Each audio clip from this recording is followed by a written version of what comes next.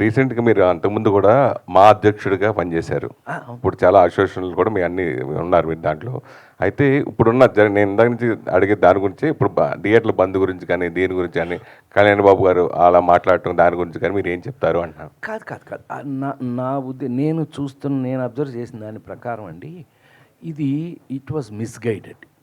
ఎందుకంటే థియేటర్లు మూసేయటం అనేది చిన్న విషయం కాదు కదా! డెఫినెట్‌గా థియేటర్లు మూసేయటం అనేది ఒకళ్ళు తీసుకునే డెసిషన్ కాదు కదా! ఎవరో ఒక థియేటరో లేకపోతే ఒకతనో, ఒక డిస్ట్రిబ్యూటరో ఒకళ్ళు తీసుకునే డెసిషన్ కాదుగా. అందరూ కలిసి సమిష్టిగా తీసుకోవాల్సినటువంటి డెసిషన్ అది.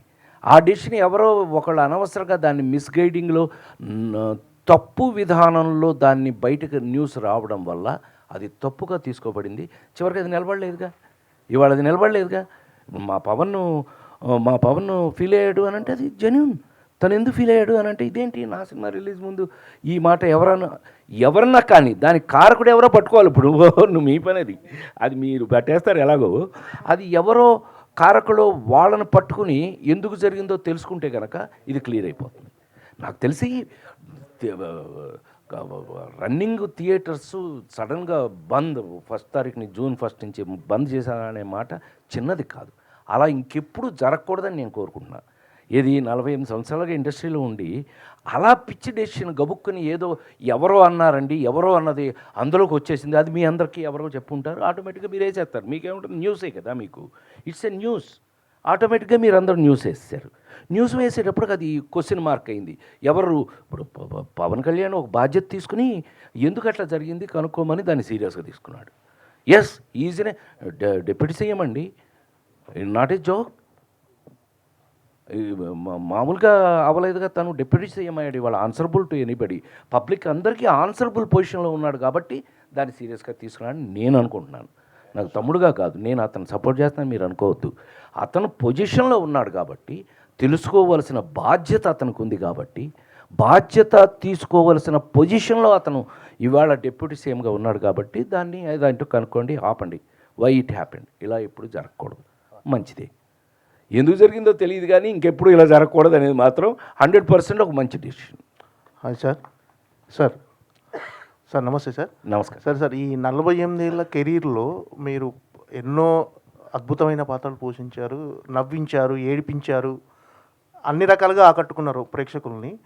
కానీ మీరు అంటే ఒక ప్రభాస్ లాంటి ఒక పాన్ ఇండియా సినిమా చేయడంతో పాటు ఒక కొత్త హీరోని ఎంకరేజ్ చేయటం కానీ, ఒక కొత్త డైరెక్టర్ని ఎంకరేజ్ చేయటం కానీ, అంటే చాలామంది ఆర్టిస్టులు ఏంటంటే ఒక పాన్ ఇండియా సినిమా చేసిన తర్వాత మళ్ళీ మన ఇమేజ్ పడిపోకూడదు, మనం చిన్న సినిమాలు చేయకూడదు అని ఒక గిరి గీసుకొని పెట్టుకుంటారు. మీరు మాత్రం పాన్ ఇండియా సినిమాతో పాటు ఒక చిన్న సినిమాను కూడా చేయడంలో ఎప్పుడు ముందుంటారు. సో అంటే ఈ డిసిషన్ తీసుకోవడానికి కారణం ఏంటి అంటే మనం ఎప్పుడు ఖాళీగా ఉండొద్దు, ఏదో ఒక సినిమా చేస్తూ ఉండాలి, ఖచ్చితంగా మనం ఇలా కంటిన్యూ అవుతుండాలని ఒక ఒక అభిప్రాయమా, లేకపోతే కొత్త వాళ్ళని కూడా ఎంకరేజ్ చేస్తూ వాళ్ళలో టాలెంట్ని బయటికి తీసుకురావడం మీ యొక్క సదుద్దేశమా సార్ ఏంటి? మంచి అద్భుతమైన క్వశ్చన్. ఎందుకనంటే నాలాంటి వాడిని అడగాల్సింది అదే క్వశ్చన్లే. ఎందుకనంటే 48 సంవత్సరాల సినిమా మీ అందరికీ తెలుసు.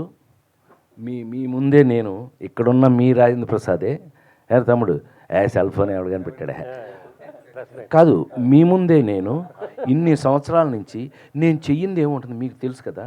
ఇంగ్లీష్ సినిమా హీరోగా యాక్ట్ చేశాను నేను. ఏమండి, నేను ఇంగ్లీష్ సినిమాలో క్విగ్గన్ మురుగన్ అని మీరు ఇప్పుడు కావాలంటే ఒకవేళ స్టార్ మూవీస్లో అమ్మాయి ఇవాళకి వేస్తారు ఆ సినిమాని. ఇంగ్లీష్ సినిమాలు వేస్తారు కదా, ఆ సినిమాలతో పాటు క్విగ్గన్ మురుగన్ కూడా వేస్తారు. ఇంకా మీరు సంతోషపడతాను అని అంటే, మీరు సంతోషపడదు, మీరు అందరూ నాకు తమ్ముళ్ళేగా. ఇంకా సంతోషపడతాను అని అంటే కనుక ఎమిరేట్స్ ఇంటర్నేషనల్ ఫ్లైట్ ఎక్కితే అందులో ఛాయిస్ చూసుకుంటే క్విగ్గన్ మురుగన్ ఉంటుంది.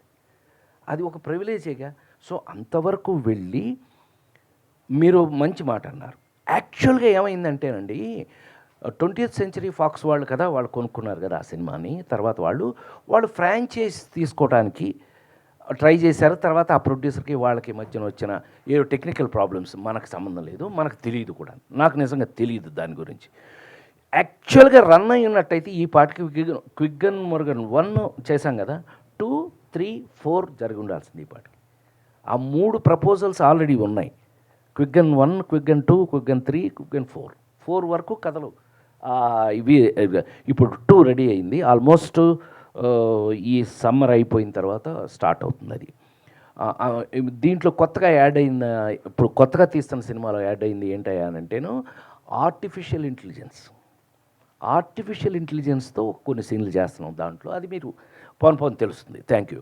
అయినా ఈ రోజుకి మీరు అన్నమాట నిజం కనుక అయి ఉన్నట్టయితే, నేను నిజంగా నిన్న అదేది మా అల్లు అరవింద్ తీశాడు సింగిల్ అనే సినిమా, అందులో ఆ కొత్త డైరెక్టర్, తమిళ్ డైరెక్టర్, కొత్త డైరెక్టర్